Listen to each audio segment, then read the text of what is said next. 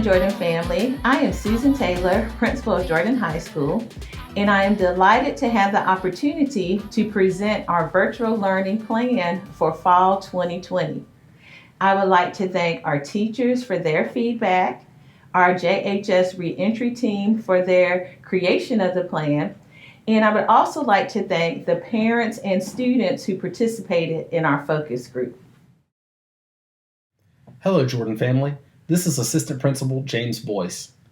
During this presentation, Principal Taylor will share information about our core belief, how the JHS virtual learning plan is different than the remote learning plan utilized last spring, and considerations given in developing the JHS virtual learning plan.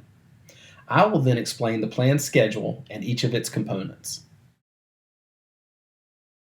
At Jordan High School, we want to ensure that all students have access to a rigorous, diverse, high-quality instructional program and robust extracurricular, co-curricular engagement to support our belief that all students should graduate on time and with options.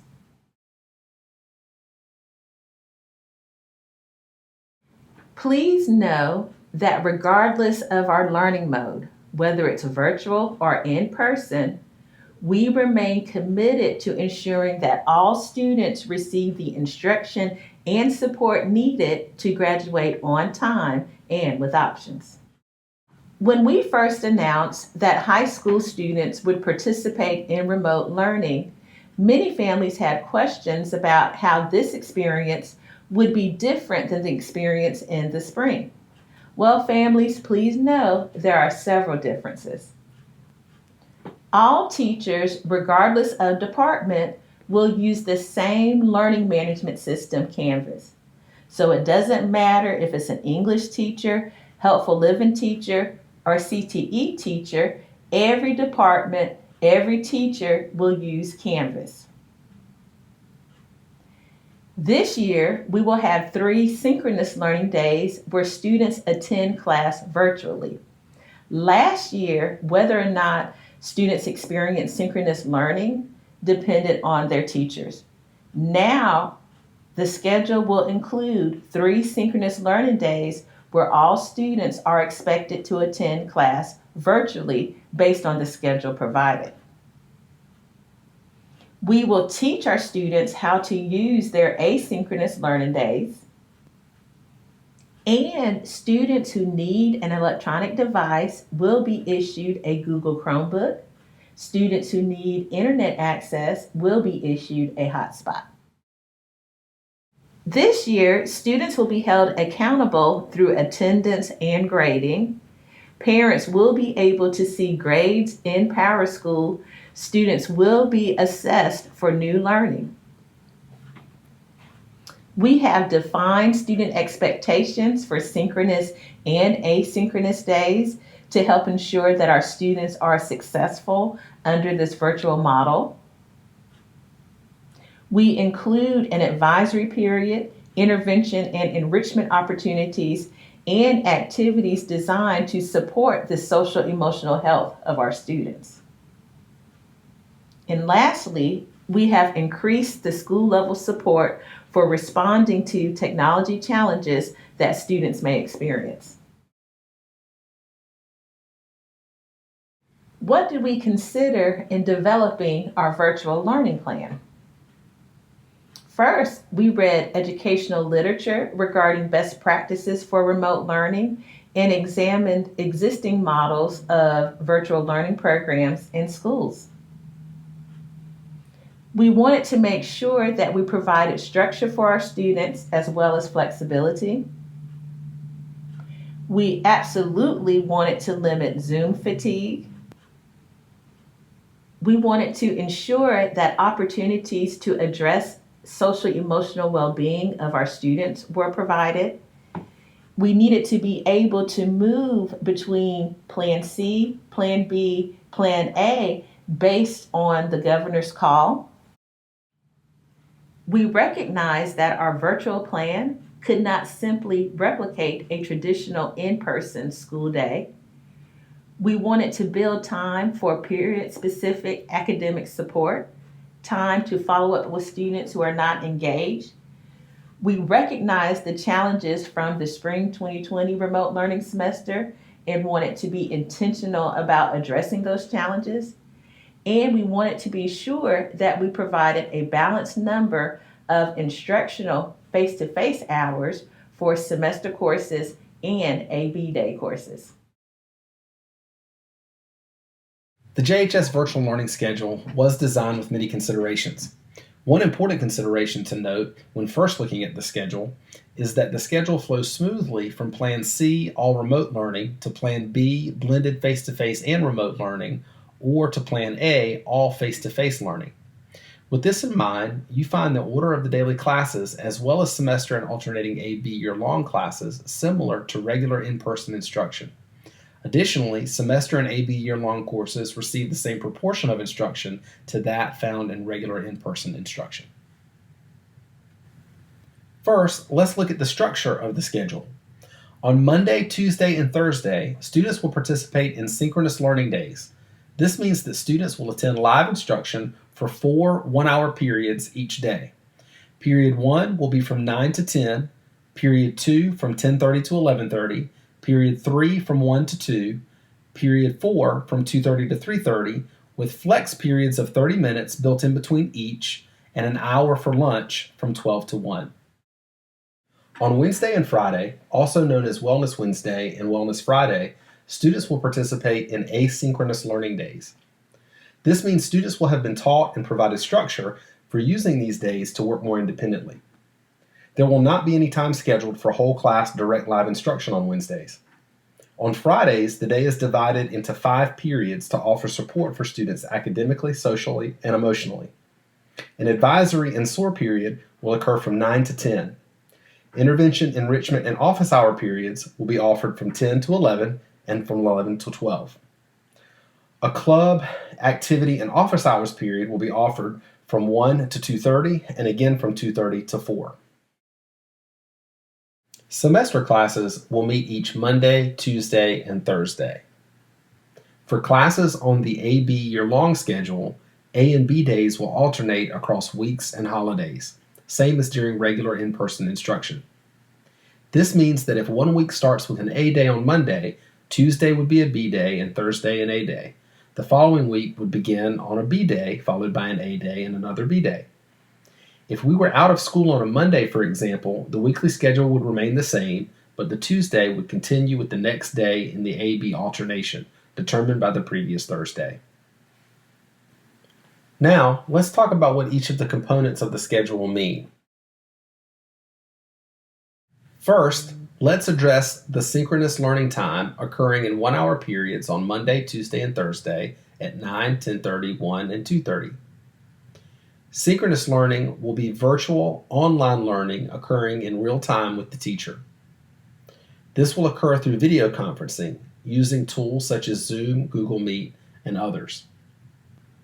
Examples of synchronous learning can include direct instruction with video, whole group practice with examples, small group practice with breakout rooms, individual practice with chat and visual check-in, etc.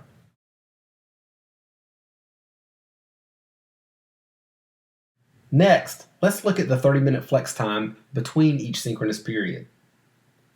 Flex time is student-driven and can be used for several purposes. Teachers can offer instructional support for students in small groups or for individuals, but it is not a time for whole class direct instruction. This is also a time that students, teachers, and parents can schedule conferences, counselors can meet with students, and it can simply be a break for students between classes that can allow time for finishing assignments or completing work for another class. Person-to-person contact during flex time can include, but is not limited to, video conferencing, emailing, phone calls, and other, like apps such as Remind. Examples of using flex time include opportunities for small group and independent work, additional practice and skill development, additional time for completing assignments, and time to meet with the teacher or counselor. Next, let's look at Wellness Wednesday. Wellness Wednesday is an asynchronous learning day. This means that it is independent work time for students. Wellness Wednesday is also for student services programming, so that counselors have an opportunity to work with students on social and emotional needs, as well as college preparedness. Additionally, Wednesday will be a time when students will need to complete their question of the day for attendance purposes. Any meetings associated with Wellness Wednesday may be done by video conferencing. Students may also view pre-recorded video from their teachers in an effort to complete assignments.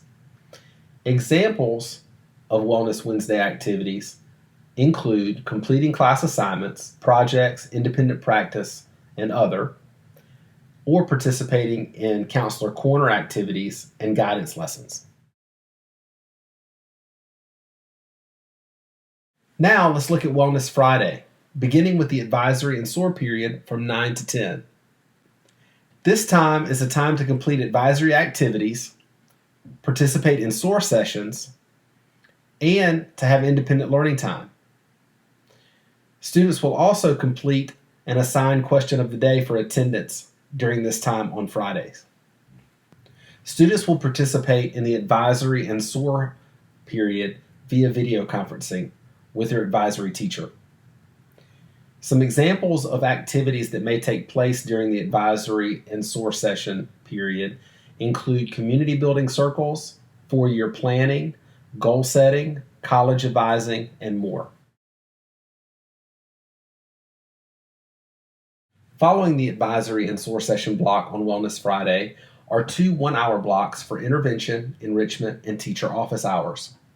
This is a time for students to participate in scheduled interventions and enrichment, small group instruction, teacher office hours, or teacher parent-student conferences. Students would do this by appointment with the teacher via video conferencing, phone calls, email, or other. Examples include relearning skills or concepts, additional practice, review and correcting tests, extension activities, and more. Please note that the plan includes scheduling intervention and enrichment by academic departments to avoid prominent conflicts between subjects that often necessitate additional support. From 10 to 11, the e-learning department, healthful living, math, social studies, and world languages would provide intervention and enrichment. And from 11 to 12, arts, career and technical education, English as a second language, and science departments would provide intervention and enrichment. Exceptional students would fall into the respective content for which they need support.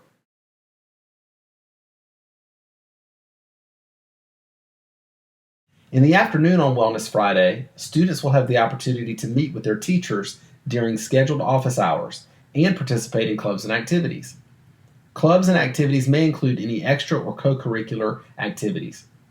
Meetings will occur via video conferences, and examples of these activities include marching band, Black Student Union, National Honor Society, Student Government Association, Future Farmers of America, International Club, and many others. Finally, let's take a look at the first 10 days of school schedule. The only difference in this schedule includes the addition of a 30-minute advisory on Monday through Thursday. It is not necessary for Friday, as an hour-long advisory period already exists. Therefore, the Friday schedule remains the same, and the rest of the schedule for Monday through Thursday is simply condensed to provide the same number of synchronous and flex periods and conclude the day by 4 p.m. The daily advisory period at the start of the school year is critical to helping students learn the expectations for the virtual learning plan, as well as how to navigate their schedule and manage their coursework. It is also critical for meeting district and state requirements for collecting our average daily membership, which is tied to obtaining our resources for the 2020-21 school year. We are excited about the opportunity to continue to serve our students, and we are looking forward to what our virtual learning program will offer. For further updates, please follow Jordan's social media sites, Twitter at JHS Falcons and Instagram at CE Jordan Falcons. Families are also encouraged to check our website for updates. Thank you for your attention. I wanna give it